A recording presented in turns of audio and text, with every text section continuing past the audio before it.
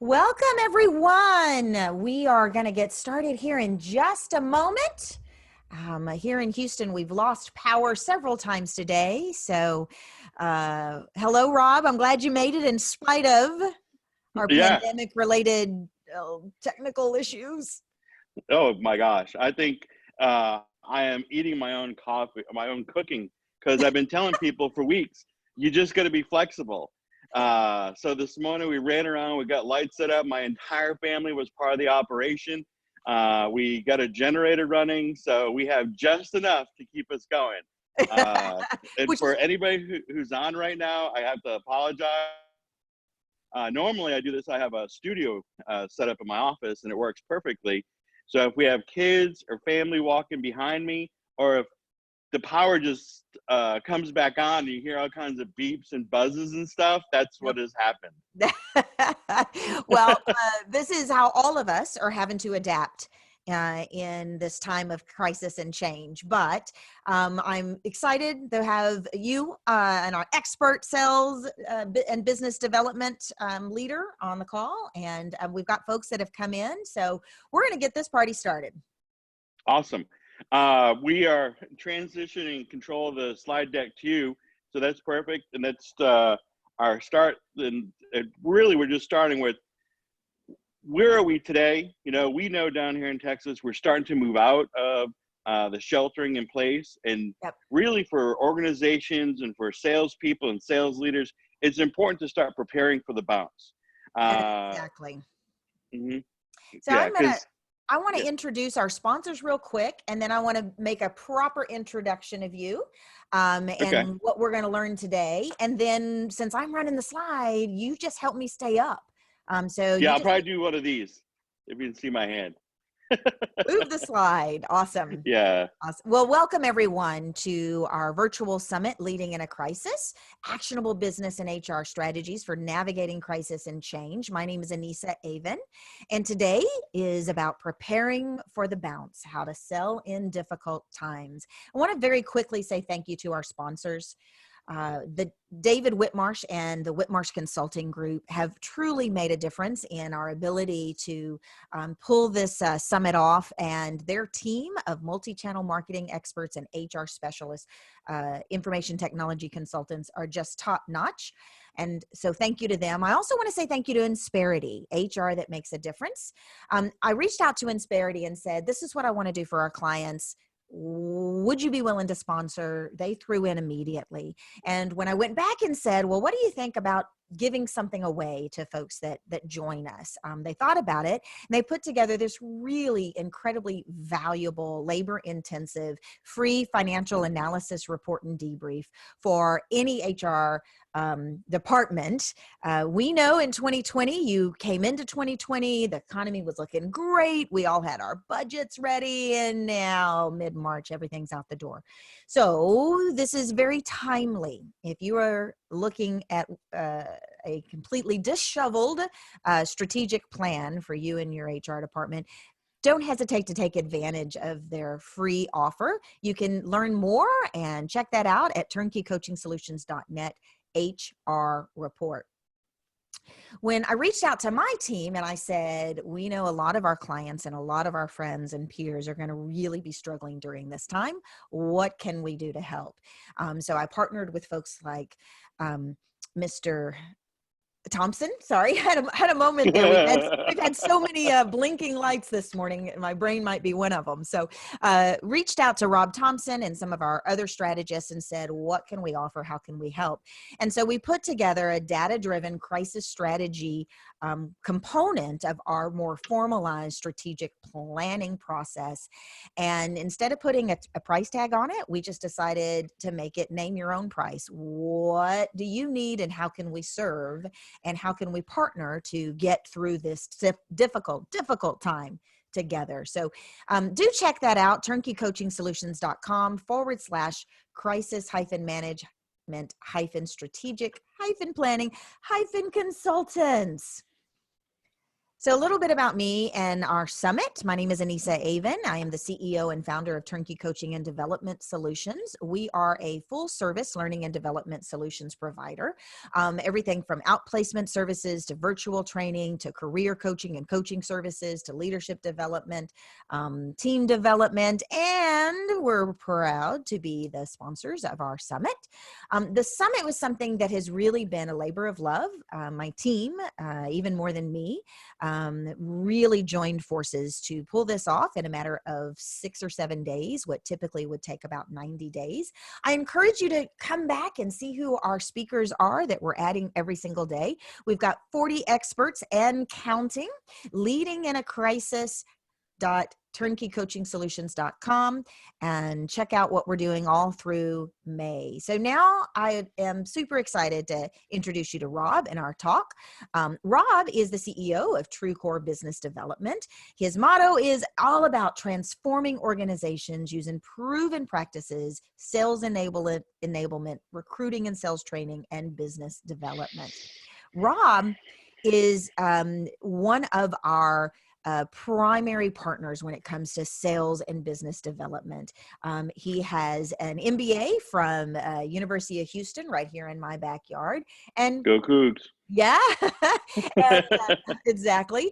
And he has had an entire career in business development as a sales manager, as a sales director, leading sales teams and sales forces. So his experience is different than a lot of folks who actually teach sales because he's been in the trenches and he understands the differences between B2C and B2B sales. So Rob, thank you for being here. Share with us a little bit about what we're going to learn today.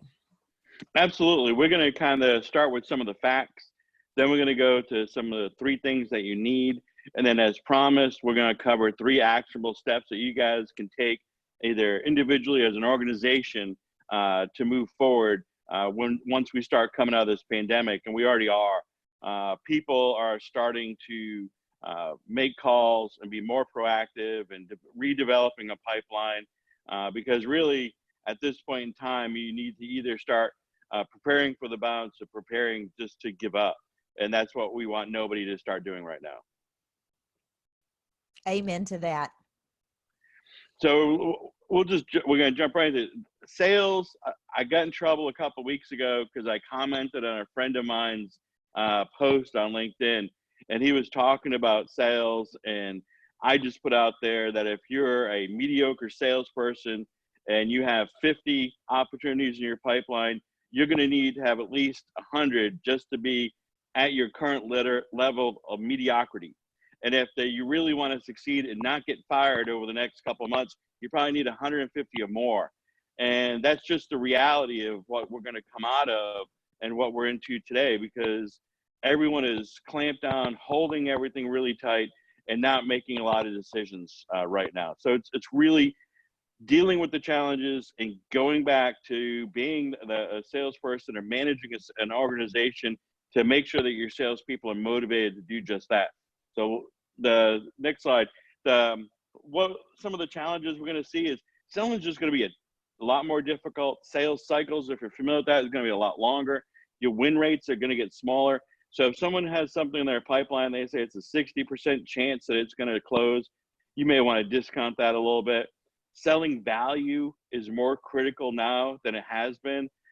In the last couple of years, we've been in a pretty good market. So it was really a decision-making process of A or B if your buyer was there. But now it's going to be a decision-making process of, do I actually move forward? What am I going to do? Where am I going to find the budget? So the selling value is more critical. Being able to sell consultatively is important to make sure that you're able to really dig deep and find out that compelling reason for change. And I'll come back to that a lot of times, because without a compelling reason for change and urgency, no one's in a position to buy. You need to get them to that point. And you as a salesperson have to be that trusted advisor. That person is going to sit across the table from a prospect or a CEO and be able to help them build and grow their business over the next 6 months to a year. 3 facts that we know are absolutes is that we know we're going to come out of this. I'm not sure for the folks on today, how many of these we have been through. I know the last one here in Houston we dealt with was 2014 when the bottom fell out of the price of oil. Then you can go back all the way to 2008 when we had the financial crisis. I remember sitting at my desk and watching the news about how these massive firms, Bear Stearns and stuff, are just blowing up. And we're looking at each other, and I was selling investment products at the time. We were losing 40 to 60% of what was sold. So if you bought a product for $100, it was now worth $40. And think about how are we going to sell through this, and what is our next step. And it's a difficult thing to do. And I may age myself a little bit too. I've dealt with this with the dot-com bubble and other bubbles throughout, but every time you come out of this, and it's an opportunity to either come out of it stronger or not come out of it at all. Sales will be harder. And then right now, determining how you want to come out of this is important. Whether or not you're in the HR department, wherever you are in your organization, you need to decide, how are we going to reemerge from this and making the change to do that. And we're going to kind of walk through some of that stuff as well. So the next thing, some of the things you need to do right now, okay? And this is across the board. The right mindset, the right messaging, and the right action. The right mindset piece is if you believe that you are defeated, you are done. So if you actually think to yourself, man, we can't do this, I don't know if I can make calls now.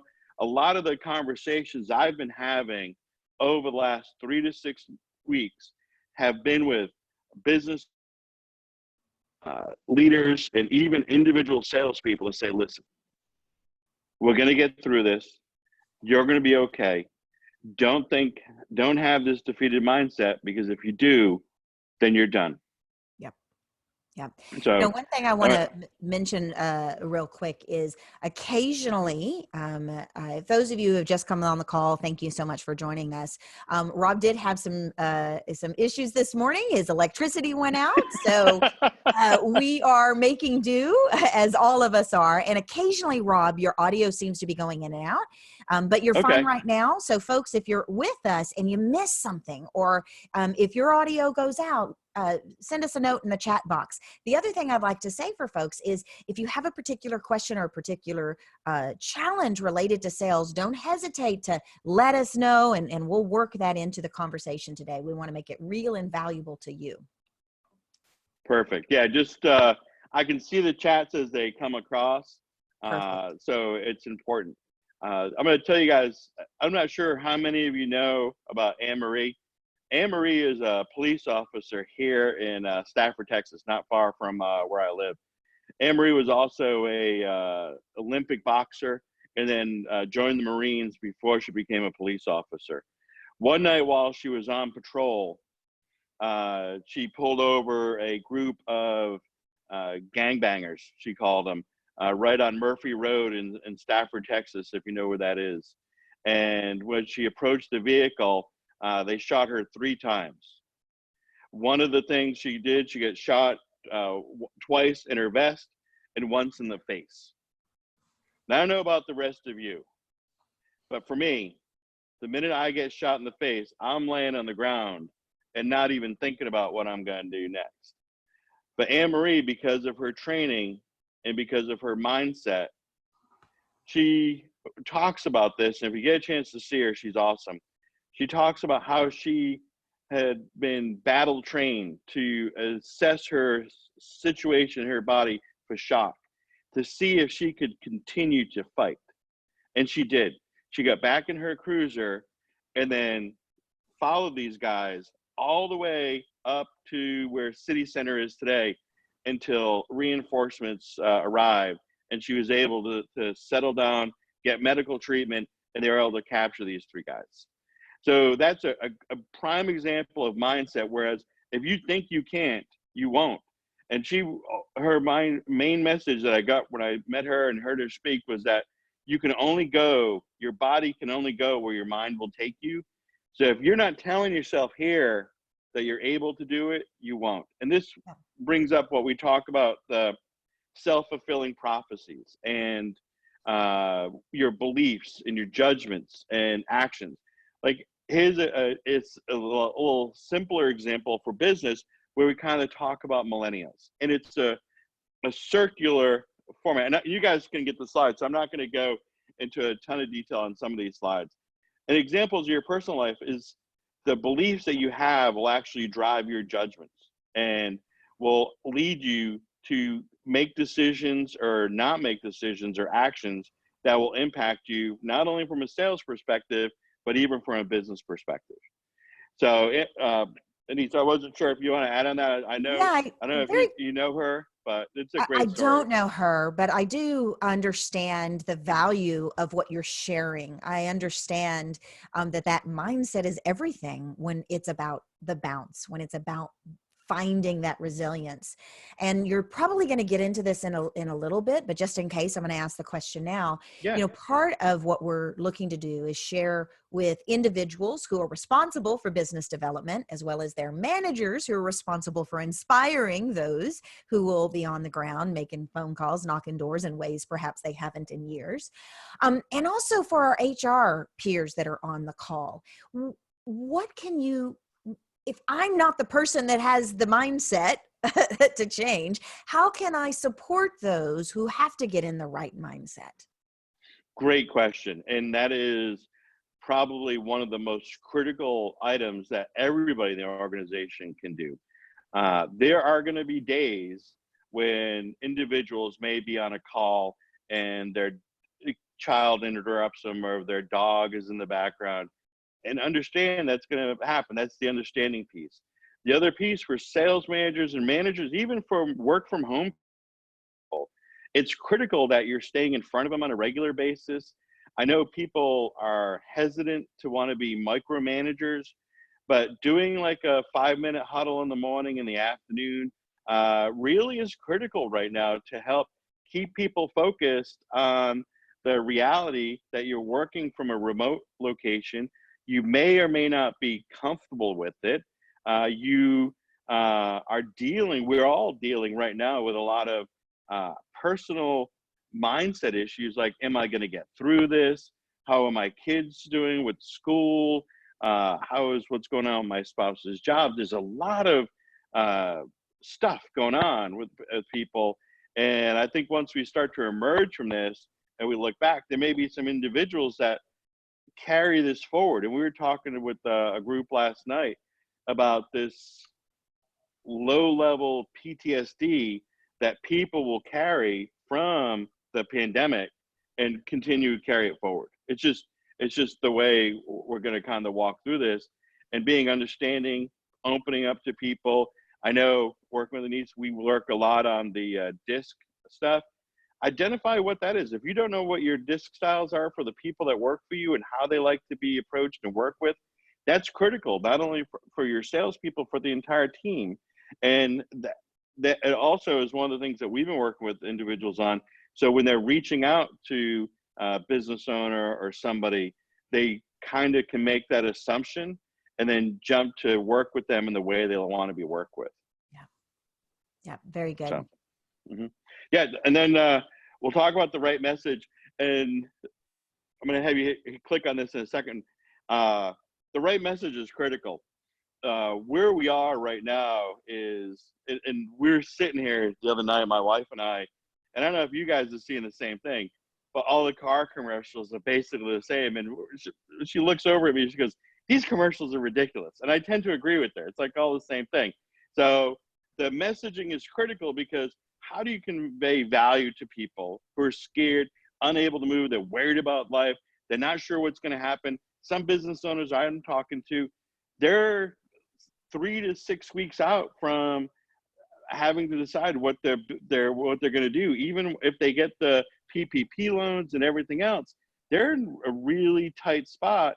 And knowing how emotionally distressing that can be, if someone who's in HR and in coaching, we can bring an invaluable service to these folks to help them, guide them through this, because maybe we've done it more than once. And some of these folks, this is the first time dealing with this.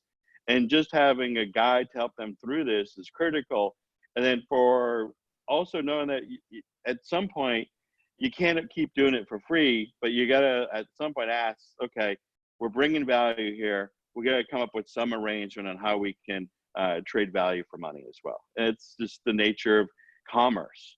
It'd be great if we could do it all for free, but the nature of commerce is we do need to get paid at some point. We have bills ourselves.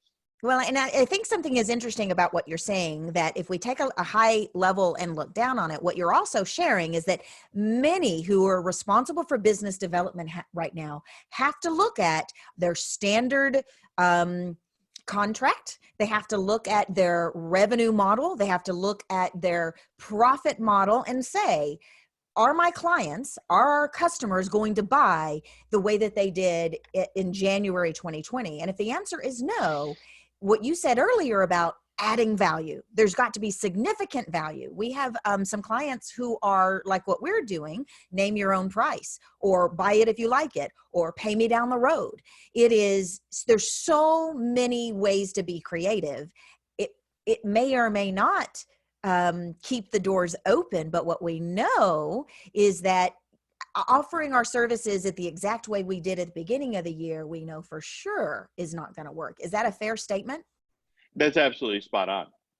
You need to readjust and fire, because if you're not doing that on a regular basis, and and all of us are still getting them, emails and LinkedIn messages with the same stale sales pitches and company pitches that they were sending out at the end of 2019.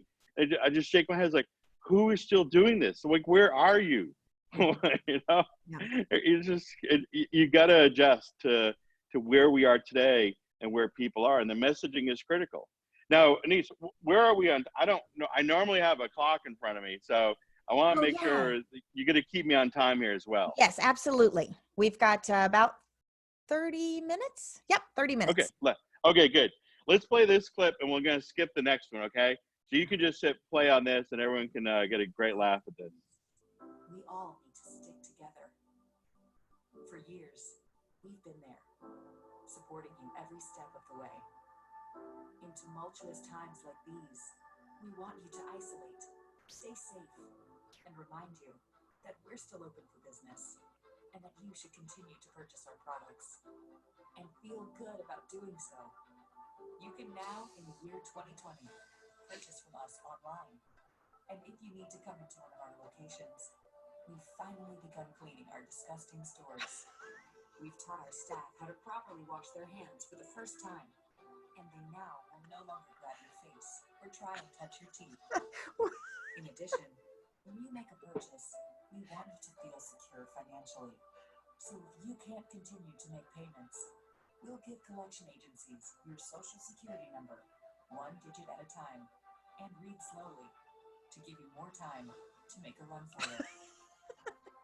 Let's all come together to stay safe, so you can buy our products and continue to buy our products. Never die, and keep giving us money forever. Just remember, we're still here for you, for us. Where did you find my commercial? Isn't that great? I was just Googling, it says everything you need to say. Every car commercial everywhere. I'm like, oh my God. And don't hit the button yet. But the next one is, and Google it or look on YouTube. It is the Apple commercial on creativity. I think they nailed their messaging on the creativity piece. But we're gonna move over past that too. But the messages is key right now. You just you need to make sure that you don't come across, a good friend of mine calls it commission breath, but just looking for the sale. You really need to, we talk about all the time, have real empathy when you're working with somebody and the individuals on your team. Because, we're all in this together, and it's tough. These are tough times. Like, I joke about it a lot of times with my friends and my wife and stuff, but it's still, there is a mental toil that we are going through as a human race that we've never in my lifetime have had to deal with. So it's really tough. Skip to the slide that says action. Okay. So this is the one you were saying they should this search is online for. Yeah, it's Apple creativity. and it's really great. Apple It makes me creativity. shed a tear. Okay. Okay. All right. Action. I cannot say enough about this because, and the quote there is from my dad. When you stop moving, you start dying. He had a major surgery in his leg and had to have the artery in his leg replaced because just living hard his whole life. And he told me that all the time. When you stop moving, you start dying. And if you're in business right now and you're not moving forward and you're not taking action, then your organization is starting to die. Plain and simple. Unless you have some kind of business that you can stack up and put on a shelf for a year or so, then great. But if not, you need to put a plan together. Building, and I call it a fast plan, agile plan, build it, modify it, and repeat it. Because we're all going to make errors. I've made errors and I've upset people or done things that maybe in hindsight I could have done differently. But the reality is I'm continuing to move forward, continuing to work with people, continuing to take action. And the main piece on that is, as you do that, be kind to yourself. Because if you're not kind to yourself and others who are doing their best, then we go all the way back to mindset again. Then you're going to start killing the creativity and the positive attitude we all need to have to kind of push through this. So the action piece is critical for individuals and for organizations. These, I know we've heard this in other presentations from individuals, and it's out there. What are your kind of thoughts on this as well? Well, the two things that I was thinking about with what you've shared so far are two takeaways that I think are pretty critical, and they're often overlooked. And that first was the mindset. The mindset really does matter. Knowing you're going to win, knowing you're going to bounce is sometimes half the battle. And then the other piece right here of being prepared, looking around the corner and knowing that what has been is not going to be what will be. So I've got to learn to adjust as I go and learn as I go. And I think that that's a really important lesson that oftentimes, especially when we're in a hurry to get something done, in a hurry to make sales, we neglect to evaluate what's working and what's not, and how can I plan ahead? Mm-hmm. Absolutely. And I've been working with some of the sales teams and the business owners and the business managers that tell me, oh yeah, my guys are great, they're doing an awesome job. And I get in there and I start asking questions like, what's your outreach look like? What are you doing? How is it coming together? And they'll open up eventually and say, man, I don't know what to say to people. I'm not comfortable making a call. I'm afraid that I'm going to talk to somebody and they're going to tell me it's not the right time to be selling. Yeah. And working and helping them through that process. Because the thing is we talk about the value piece, is if you feel like really, truly in your heart that you have a product or service that's going to help somebody during this time, then you absolutely deserve for them to be in front of them and help them see that. Yep. And it's just critical. It's a key part about this. Now, like I said, we have the mindset, the messaging, and the action. Those are the pieces. And as I promised, one of the things I want to talk about is also 3 actionable sales ideas. Things that you can take today at whenever we wrap up at 10 o'clock or so and say, okay, these are some of the things that I'm going to start doing today and start helping my organization, the people I work with, move to that next step. The first one is the hard one. It's probably the hardest one I'm going to talk about today. It's learning to love the phone, okay? And we're going to talk about that. Targeting. And you talked about, like, there are organizations that are completely blown up. So we're going to have to rework our targeting and stuff, and then skills development. So if we go next to why to love the phone, let's look at all the different ways you can prospect, okay? Networking events. How many people have done the 50 people Zoom call? They're difficult. Yeah. Everyone's talking over each other. A lot of times they're not well organized, but it's networking the way we did it 8 weeks ago doesn't exist right now. Warm calls. And And I don't say cold calls because I don't really believe in cold calls. I believe in warm calls, that either you are using a multi-pronged prospecting approach to reach out to individuals. You have an outbound, inbound strategy to get people to your website. And then once they're there, you're reaching out to them and doing a process like that. If you're in an industry that you're comfortable with cold calling, you can do it. I don't see the same results as if you're doing warm calling, but people are around. The thing is, no one's going anywhere. No one's at lunch. We're all either trapped in our houses or our offices. And right now, I think and I believe that the people I've been talking to are just kind of nicer. You know, they're not as busy. My call times have gone through the roof. Calls that would normally be a few minutes are now 20, 30 minutes, sometimes an hour. I'm having to cut them off and not do that. Walk-ins. You can't walk into someone's office right now, especially here in Texas. That would probably get you shot. The next one is trade shows. There's not going to be a trade show until 2021. I don't think we'll see trade shows forever. Direct mail, great. It's a lot of noise out there right now, even in the email space, but I think they're seeing that email open rates have gone up, and that is working.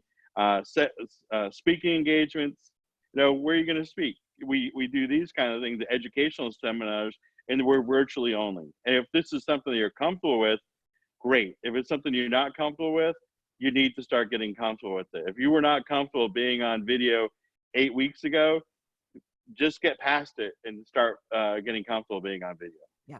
Denise, is that kind of something, or do we need to dive a little deeper into these for anybody? No, I think that what I want to reflect is that having it in black and white allows sales managers and HR folks to really go back and say, what are we doing to adjust our approach? And the very first point you made around this is teach your people to love the phone. If you're responsible for business development, the phone is your new friend. And something that you said earlier that is a takeaway for me is that sales are going to be more difficult. So get ready. You may get into this a little bit later, but in my experience, many of us who have sold all of our lifetime, we've had the days of knocking doors and selling siding to get through college. Nothing was more difficult. Oh, maybe except when I sold advertising on those little buggies, advertising. That was really hard too. My point being is I've long lost that connection to being willing to do hard sales. I like the easier sales. I like the consultative sales. I like the warm sales. So my question to you is, how can those sales managers prepare their sales team, get ready? You have the skills, but we got to go back to the old days of guerrilla sales. We got to go back to it like we mean it, and it's going to be harder. Oh yeah, absolutely. And some sales managers are really prepared, like yourself. You've done it before. You're comfortable making those calls. Because what's the hardest part about doing that type of sales? It's interrupting someone's day. And I say, when you interrupt someone's day, you need to make it worth their while. If you are just stumbling and bumbling through it, you shouldn't be in sales. I know I'm a little tough sometimes, but if you need to practice it, but practice it and start getting good at it. And when you interrupt someone's day, make sure you're adding value in that first 3 seconds to get 30 seconds to get 3 minutes to get that hour meeting. And always have a goal in mind. When you're making those calls, unless you have a product that's transactional, when you're making outbound calls, or you're reaching out to people, it's not necessarily to close the deal right there. It's to say, find out, is this person interested enough in what I'm selling to say, you know what, it sounds like there's some interest there. Why don't we look at the calendar and schedule a call for later in the week? Or you can even ask, hey, I'm watching the chat. Sheila said, Rob, can you give us an example? Which is exactly what I was thinking. Can you share us an example of adding value during that first 3 to 30 seconds of an outbound call? Absolutely. Depending on what you sell, I always like to do it in this kind of format. Hello, my name is Rob Thompson. I've been working with business owners. I've been working with business leaders over the last several years. and under normal times, this is what I'm doing. These are not normal times. And I'm going to tell you, I've been talking to CEOs in your field for the last 6 weeks, and this is what I'm hearing. Do you have a minute for me to ask you a couple of questions to see if these are some of the same things that you're dealing with today? Perfect. It's a great way to kind of get it started, because you want to say, listen, and like, when I make a call to someone, I'm very comfortable stating the fact that I am a professional salesperson and I am here to add value to you and your organization. I got yelled at a couple weeks back about making calls during the pandemic, and I told the person, I said, listen, the people I'm dealing with right now are having real struggles, and I can guarantee you after an hour on the call with me, I'll be able to at least give you some insights that you can take back to your organization and make a difference. If there's not a fit for us to do business, that's great. It's not good, but I'm okay with that, because right now I am in a help mode, and I want to give as much value as I can to people to build a relationship that may come to fruition once we kind of get through all this. And I've had some people like, you know what? I just brought my team back. They're sitting here. We don't have a lot for them to do. This is maybe a good time for us to do some training and some skills development. Can you do like an afternoon? Sorry. And I'll tell you honestly, I haven't won a big sales training or development contract in the month of April, but I have gotten like a lot of half days and stuff like that. It's just where we are. Adapting. Yeah, adapting. One thing I want to mention that you mentioned earlier is the piece about helping your sales folks learn to love the dialing for dollars motto, at this point, learn to love the phone. And we're working with a client who has definitely had to shift their approach. And whereas they were making, I think their closing ratio was something like 1 out of every 10 calls. So those are huge numbers. That's really good. Right. And now it's 1 out of 80, 1 out of 100. But their average sale is 5,000. And so we were working with their sales manager to say, do the numbers. Just before, you made $500 a call. You made 10 calls, you got a sale. Now you're still making $62 a call. I want you to go out there and find somebody else who's making absolutely $62 a phone call. And suddenly that, it's yet to be seen if they're going to adopt that mindset, but that's what you're sharing, isn't it? About, sales managers using the numbers and using the facts to help them change their mindset and adapt and love the call. I absolutely. And the fact of the matter is, I'm not sugarcoating it either. These are difficult times. Yeah. And it's a matter of having to step up in these difficult times and make it happen. I'll give you a great analogy is I have a 15-year-old son who plays high school football. He is a decent quarterback. His mom thinks he's the next Drew Brees because she's a Saints fan, but he's really good. But over the summer, we had him move up to a fast 7-on-7 league, playing with a different caliber of football player. And during that time, he improved his footwork, his speed, his agility, his accuracy, the amount of time it took him to make a decision in the pocket, but it was all because he stepped up and played at a next level. And we were upfront with him. We said, Max, this is going to be a lot harder.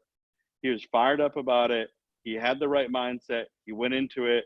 He embraced the training from the coaches. And that's the where we are as a sales leader, as a business leader, training your people so they have the right tools to do this. And then hopefully when he goes back to school, if we go back to school in the fall, I hope we do. We go back to school in the fall, he'll see the benefits of doing the fast 7 stuff. Yeah. It's right with yourselves. We let him know, hey, we are moving up to the next level. I'm here to help you. I am not going to, the other piece is allowing people to fail. I am not going to beat you up for bad calls. I will beat you up for not making the calls. This is kind of a different mindset. It's like, I want to help you, and I know it's going to be more difficult, and I know some people may not be as welcoming as others, and we're just going to work together, and we're going to help get this done. Perfect. And then I do go back to my disc circle. It's like, okay, so because there's some people in that circle that you just got to deal with them on how they want to be dealt with, and even the same thing for your salespeople. Yeah. So, and then what we talk about is prospecting is proactive, marketing creates awareness, advertising is great, but it's all passive. The thing about prospecting, we got to move up to the old prospector. Prospecting is the one thing you control. And the fact of the matter is, the better you are at prospecting, the better you'll be at selling. And just pick your process. If we went through the different ways to do it, find the one that works for you. Social selling, if it's working for you, I would integrate it with using the phone and stuff. But just keep going and keep prospecting. And we have extra time. The fact of the matter is, we're not having to drive to meetings. We have, my commute this morning was about 2 minutes upstairs to my office, and I walk back downstairs. I'm in my living room now with lights and stuff. I'll take pictures of this. It's ridiculous where I'm sitting, but it's you're just kind of dealing with it and controlling what you can. The prospecting is like, you can't, like I said, you can't control if you win the sale. You can't control a lot of things. You can control your mindset, you control your messaging, and you can control your actions. And if you can get a good grasp on those things, you're in pretty good shape. Any questions on that, or things that you guys are thinking about? Because the prospecting is a big part of this. Well, and I think you're going to get into some of that here. Is that right, on the targeting? Yeah, exactly. Because what happened is, we're seeing right now, you have entire verticals like travel and tourism. If you were selling into that vertical, that you just got to find a different one right now. It's they're not there. Those are folks that I feel real bad for. If you have friends who are event planners or support large events, catering and stuff, they're gonna have a rough road to haul over the next year or so. And then you have segments that you can have: specialty realty, retail versus large retail. My wife has a friend of hers. She runs this store called Fabulous You. I'm not sure if they're all around, but they may be. I don't know. I just watch her, and what the folks at Fabulous You have been doing, it's specialty female retail. And every afternoon they have a what do they call it? Cabernet. It's something. They have this wine and Facebook Live event, and they actually will pour themselves a glass of wine, tell everyone to pour themselves a glass of wine, and then walk through some of the different pieces of apparel that they have in the store. And you can, if it's something you like, excuse me, you can just in the chat box on the Facebook Live say, hey, I want one of those in a size 2 or a size 6 or whatever. And they'll put it aside for you. You can stop by and pick it up. They were able to readjust that segment to continue to meet with their clients and stuff. Brilliant. The other piece, yeah, I told her, I was like, that is probably one of the smartest things I've seen, and I'm going to use that. She goes, oh yeah, she does it, and she's been great at it. And every day, and consistency, like I don't think I touch on consistency enough, but consistency is key. And I know you do it, and I do it. It's like blocking out your day, picking certain times to do it, reaching out to people and saying, this is what I'm going to do. Especially if, and I know you've had speakers on the work from home side, you just have to do it. Just being consistent and going out there. She does it every day at 4 o'clock. Get your bottle of wine ready, or your glass of wine, depending on your intake levels, and then you just go for it. And it's been great. I want to put an exclamation point on what you just said. I think it's really important for HR when they're having to do internal as well as external reach out to figure out their new plans, but also for sales managers, helping your teams do what you just said, that it is a blocked effort and it is certain numbers that you're having to hit. And I think a lot of sales organizations, some sales organizations already have that kind of clip. We know how many we have to hit every day. But in my experience, the largest percentage of them do not. It's more of No. like, hey, who are you going to call today? Hey, how many deals did you get last week? Oh, what are your plans? It's so much softer than what you're saying. Oh my God. Not, and this was the case 6 weeks ago. This is why I stay in business doing this. That is. I had my own experience, and I've had this happen, is like, one of my sales managers at one point always asked me when I'd come back from a trade show or come back from being on the road for a couple of weeks, hey, did you have any great conversations? And I always say, yeah, we had great conversations. We both talked about football, and we talked about what's happened with our families. We had amazing conversations about life. So I would just say, yeah, we had great conversations. He never asked the next follow-up question, what'd you talk about? So I was always able to snow that sales manager, but I still hit my target, so that was good. So that's probably why I was able to do it. But the reality is, as a sales leader, you need to be doing that discovery with your salespeople more so now than you ever have before. To say, okay, because one of the largest points that we see with sales leaders is they don't hold their salespeople accountable. So I was able to get by with Jeff and say, yeah, I had great conversations, and never dig any deeper, because I just wanted to get him out, kind of like any sales manager that you have in your face, like just get him away from me. But the reality is, asking those good questions in a coaching mindset versus a disciplinary mindset. Like, you have to ask, hey, Rob, I understand you have great conversations. Your largest account is Northwestern Mutual. What's next on the plate for them? What's your follow-up meetings look like? How's that going? What did you say to them? Was there anything on the call that you had a hard time with that I can help you with? It's those kinds of follow-up questions as a leader that we need to be asking of our people, and not taking at face value when you, even if you do a video call with somebody in your team, that, oh, it's great, I'm doing great, everything's awesome. Ask, man, I think that's awesome that everything's great for you. I'm looking at your call reports, the numbers are looking good. Tell me about like some of the calls you made this week, which ones were difficult, which ones were easiest, what your follow-up numbers were, the next steps. These are the questions as a leader that you need to be asking. And anybody on the HR side, you may get sales managers who, I'm trying to think how to say this tactfully, will hide their own failure as a sales leader and blame it on their people.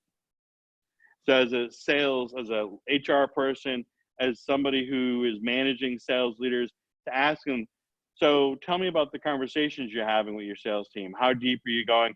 How are you managing activities? What skills, what training are you giving them? What support are you giving them? How are you helping them through this process? Because they may just come in and say, oh, my sales team sucks. Mm-hmm. And because they don't know themselves how to manage a remote sales team during a global pandemic, which is completely understandable, but making sure that they know that it's okay for them to experiment and try things and just keep taking action and moving forward. Yeah. Yeah. And then to this one, the targeting side, hard to reach opportunities, people that you couldn't reach before. I've been thinking about this for my own business. I like to do things more face-to-face. So I restricted myself to more of a geographical area. And now that I've had to reassess my own business model, and other companies are reassessing their own business model, there's no reason that if you're working this more virtual world, you have extra time, I can't expand my territory to include areas outside of the Gulf Coast. And one of the other pieces on that piece is that if you're going to have to go through some kind of either downsizing or right-sizing of your sales organization, making sure that you look at this territory alignment as a key part of it, because you do need to be able to work with your sales guys and people to make sure you can reassess them from a territory level and look at this as an opportunity. Yeah, we're virtual now. We're not doing face-to-face networking events, but because of technology, there's no limit on your territory except language, really. Quite frankly, you can do a lot of the stuff, sell a lot of the products we have on a global or a national level. Sorry. We have about 5 minutes to wrap up, but one thing that you're bringing up here that I think is really critical is the consider selling something different, really evaluating your verticals and not saying, well, we'll just wait till we're on the other side of this because this is the widget we sell. In the 3 weeks, for 1 month since it started, we realized that, our industry is really going to be in trouble.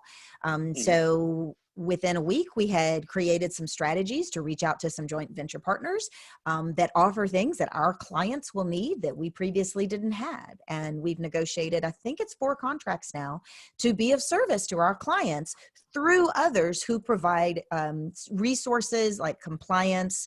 We know that a lot of folks that are going to be opening for business have multiple locations across many states, and every state is going to have a different rule or law or methodology for what you must do in order to reopen.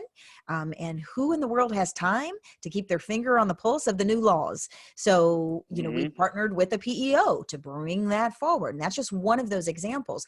So that consider selling something different, or consider your audience and what else they may need. What is your advice for folks who are having to really look at their current model and what questions do they need to be asking in order to adapt it?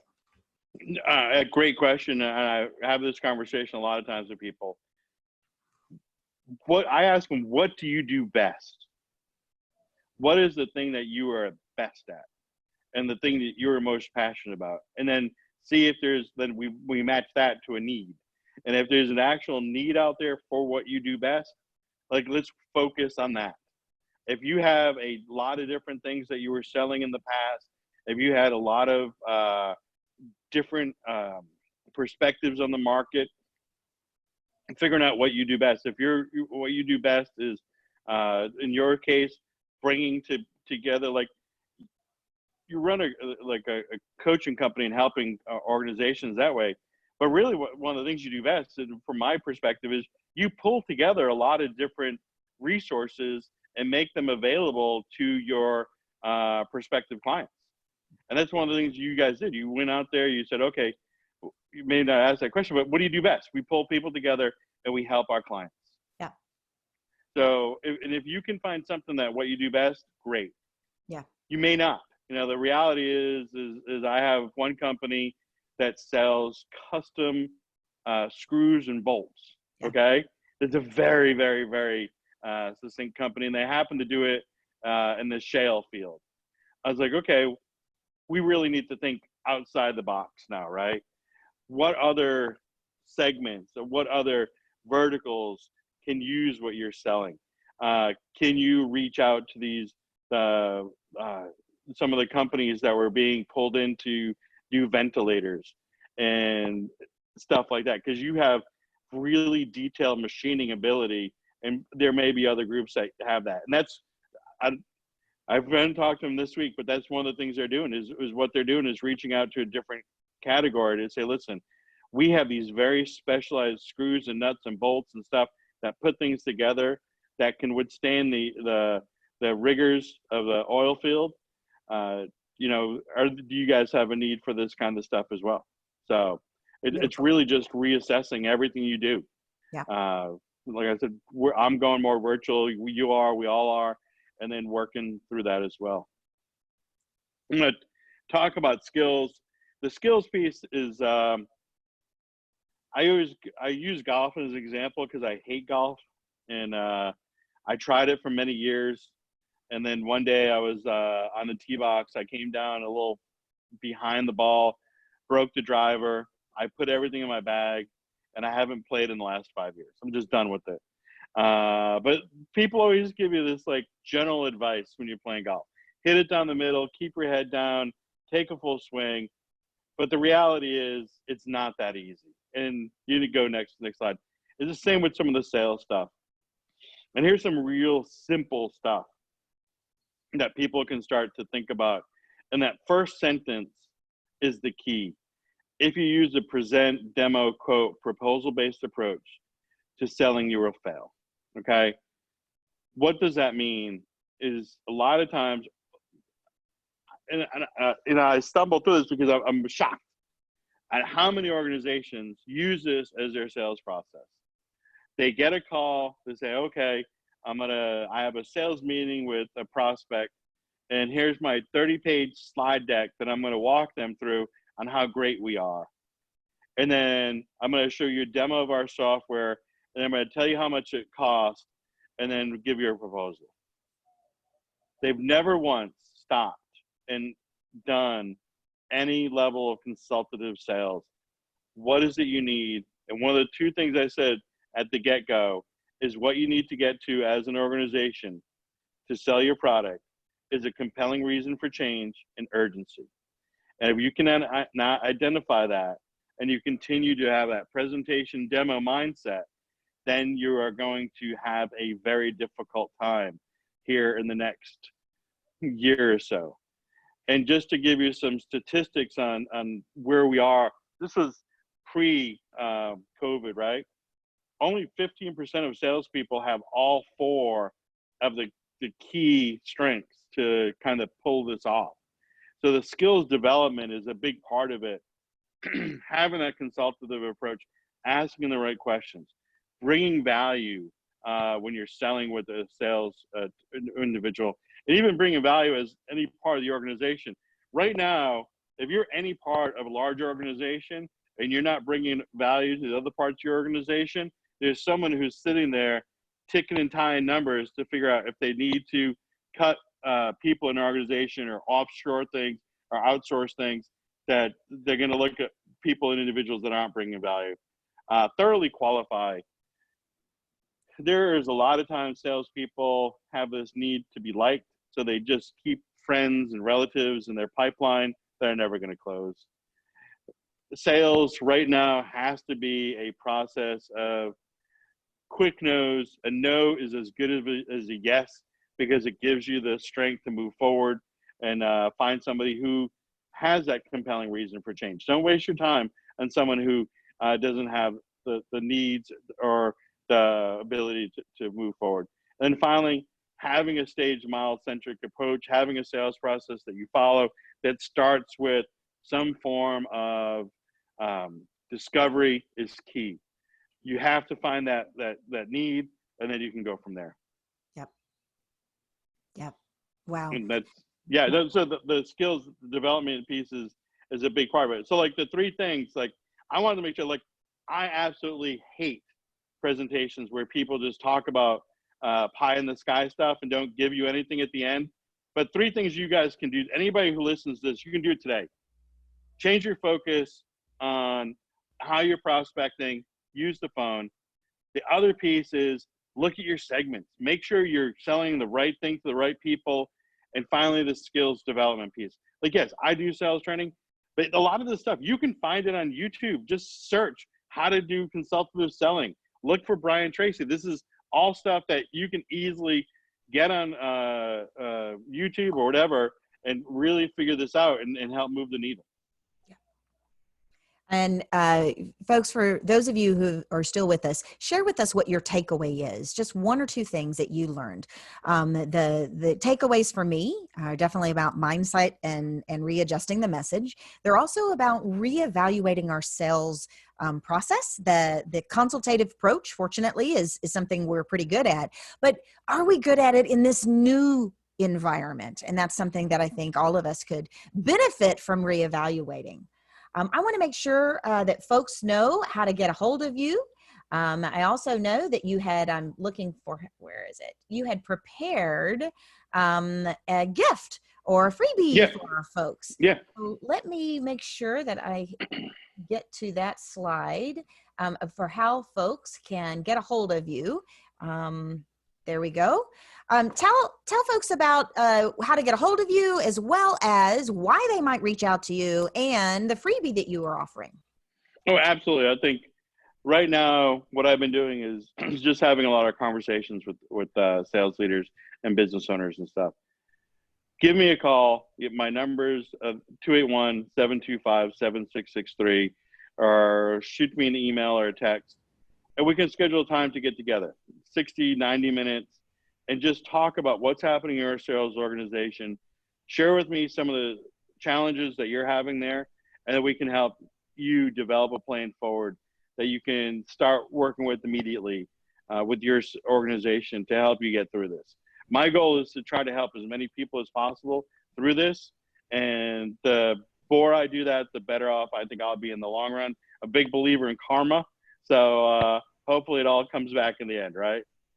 It does. This has been very helpful. I want to very quickly read a couple of the takeaways. I like the term educational seminar rather than the generic term webinar. I'm right there with you.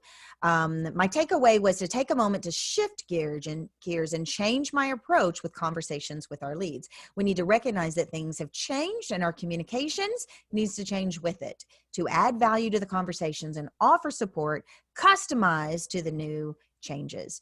And Donald says, takeaway, use the phone more. So I'm in agreement with you on that. Very quickly, I want to share with you guys also how to get a hold of TurnKey Coaching Solutions. If we may be of service, like Rob, we want to be in this together. So if a consultation related to shifting your trajectory or your strategic plan or outplacement would be helpful, it would be our privilege and honor to have an impact and make a difference in that way. So Rob, fantastic as always, my friend. Oh my God. And I wish I was being filmed as part of a reality show this morning, because getting a generator up and running, getting the power working for the phone and the lights and everything, and having to adjust on the fly, and just having the best family in the world to help run around the house, getting extension cords and everything, was a true testament. It's going to be a story that will be part of my sales story library for the rest of time. But I'm glad we were able to pull it off. Absolutely. And thank you for jumping through all those hoops. We are calling it business unusual. Get ready, because that's our new normal. Absolutely. Thanks, guys. Thanks for having me. Thank you, everyone. Stay safe and healthy. See you guys. Bye-bye. Bye.